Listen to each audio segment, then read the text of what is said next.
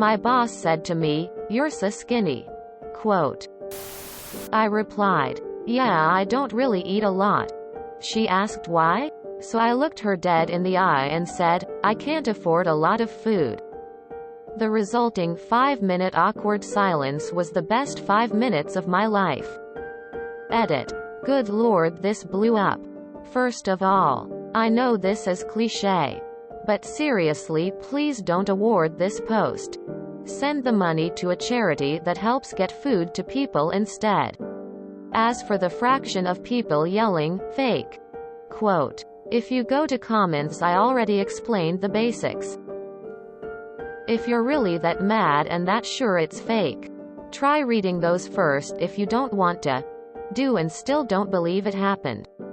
Congratulations. You get the biggest skeptic award. And with that comes the wet towel sash.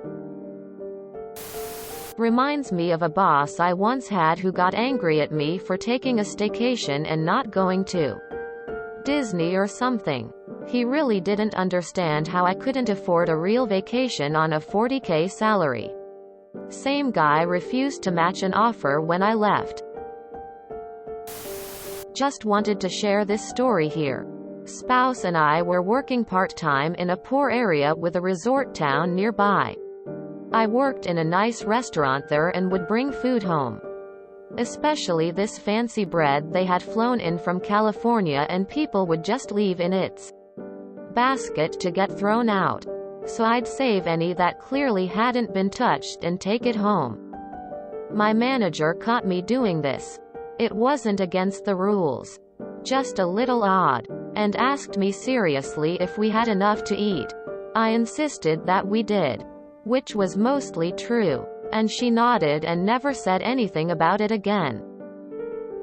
But 2 weeks later, another server, about 20 years older than me with a good dual income, told me she'd won a radio contest and got $100 gift cards for groceries for a year.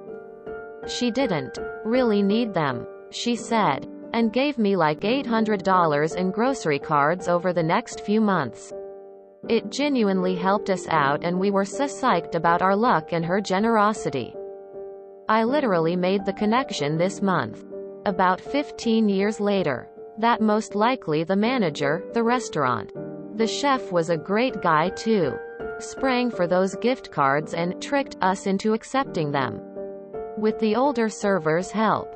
Really good people do exist. You just don't always get to see them behind the scenes or recognize them right away. ETA. Thank you for the award. I understand the point about how a raise would have been more helpful. But honestly, I think this was better for my specific situation. Likely more dollar total. Given my very part-time hours. We made okay money for the area. But gas prices were sky high and we both had student debt.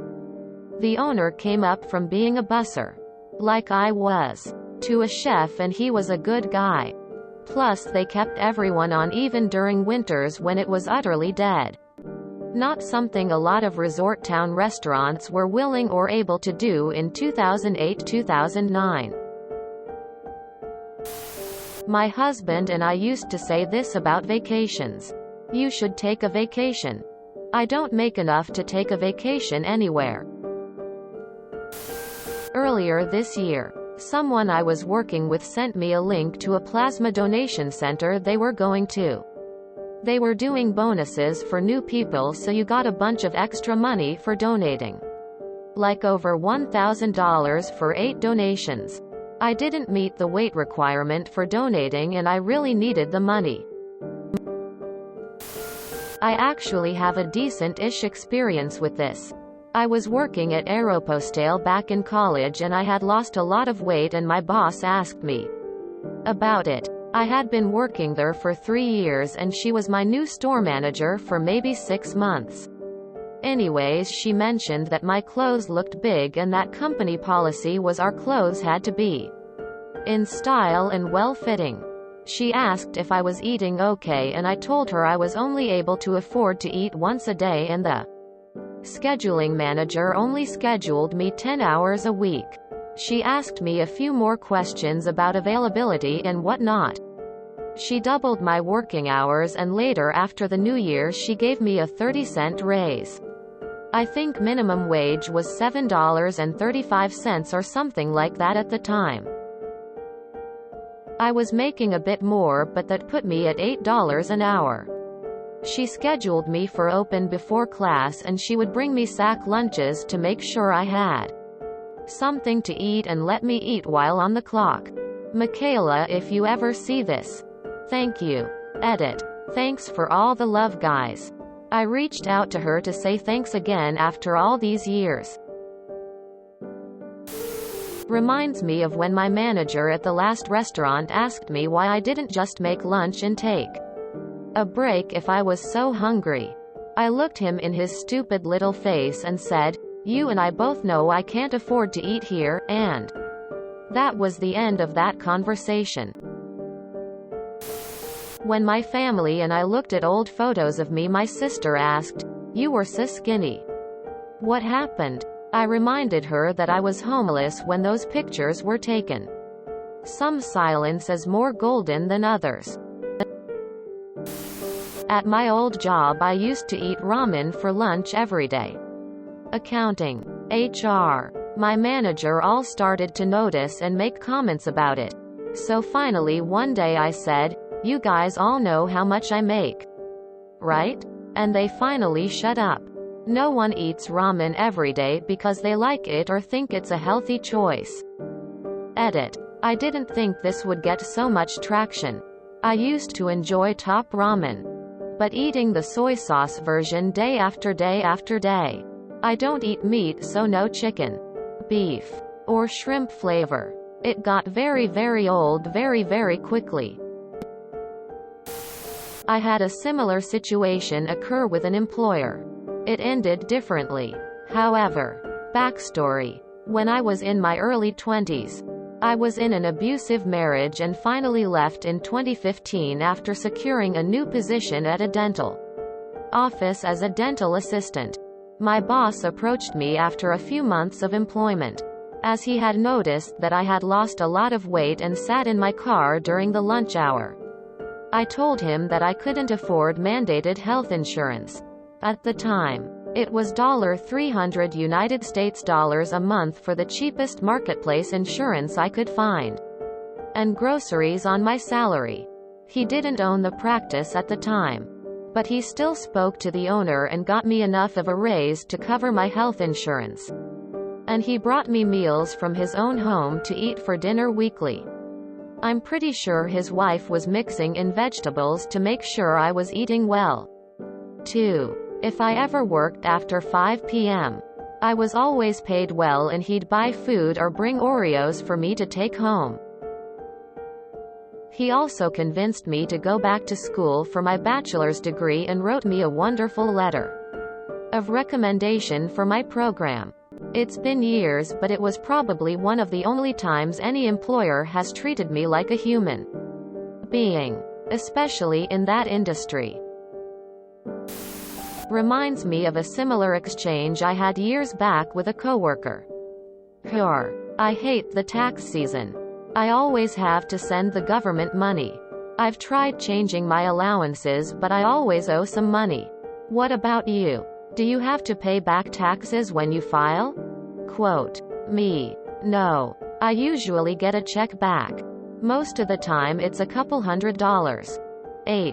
Wow. How do you manage that? Quote, it because I'm paid at just barely above the poverty level. So I'll get back most of the federal income taxes that I pay during the year. And for those of you wondering, yes, I did try increasing my allowances one year so that I kept more of my money, but then I ended up owing the IRS something like $200 when I filed for that year. So I changed it back to my usual allowance. Something similar happened to me one summer when I was working at an opera company. I blacked out in the middle of work. Nobody came to check on me. Then I heard them chuckling and they walked over to me saying, "Maybe if you didn't only eat ramen."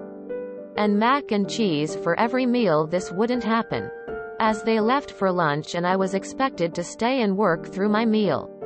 Like, are you kidding me? Bitch, you don't pay me enough. I laughed, then I realized this wasn't a laughing manner and is in fact very sad and true for a lot of people, myself included. Go ask for a raise. Strike while the iron of guilt is hot. When I was working as a gardener, I was putting in a lot of hours as the scale of the operation was not small. When I sent my final invoice to my employer, breaking down my hours and pay, he was beside himself. This isn't correct. It says here you only make $X an hour. No one works for that little. That number is what rate you are paying me for the hours that were required to do the work. He was just silent. I suggested that if he liked my work he could give me a raise. Guess what he didn't do? Upside down face. I confessed once that the stress of my toxic-ass work environment made me literally vomit. My boss asked me why I kept coming in. He was shocked when I said I had bills to pay. Face with rolling eyes, face with rolling eyes. Had to have a conversation with my last manager when my coworker was biking several miles to work and was donating plasma to afford groceries.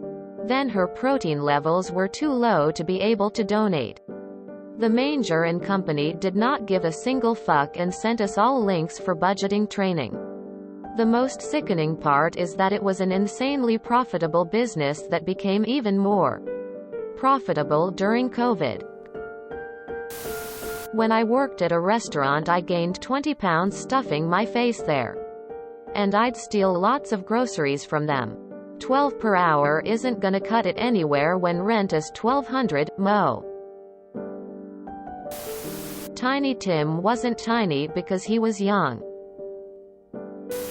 I remember being super broke when I was 19 and I'd do some lightweight product testing for extra cash. I lived near a lot of medical testing facilities in Philadelphia. I walked over to GlaxoSmithKline to sign up for whatever they got. They weighed me and turned me away 'cause I was underweight. The folks there looked at me really concerned and sent me away with some granola bars and a cranberry juice I didn't really think about before that. If you enjoyed this video, please check out our playlists full of similar content. Epic Ericast is like doom scrolling for your ears. Please like, share, and subscribe.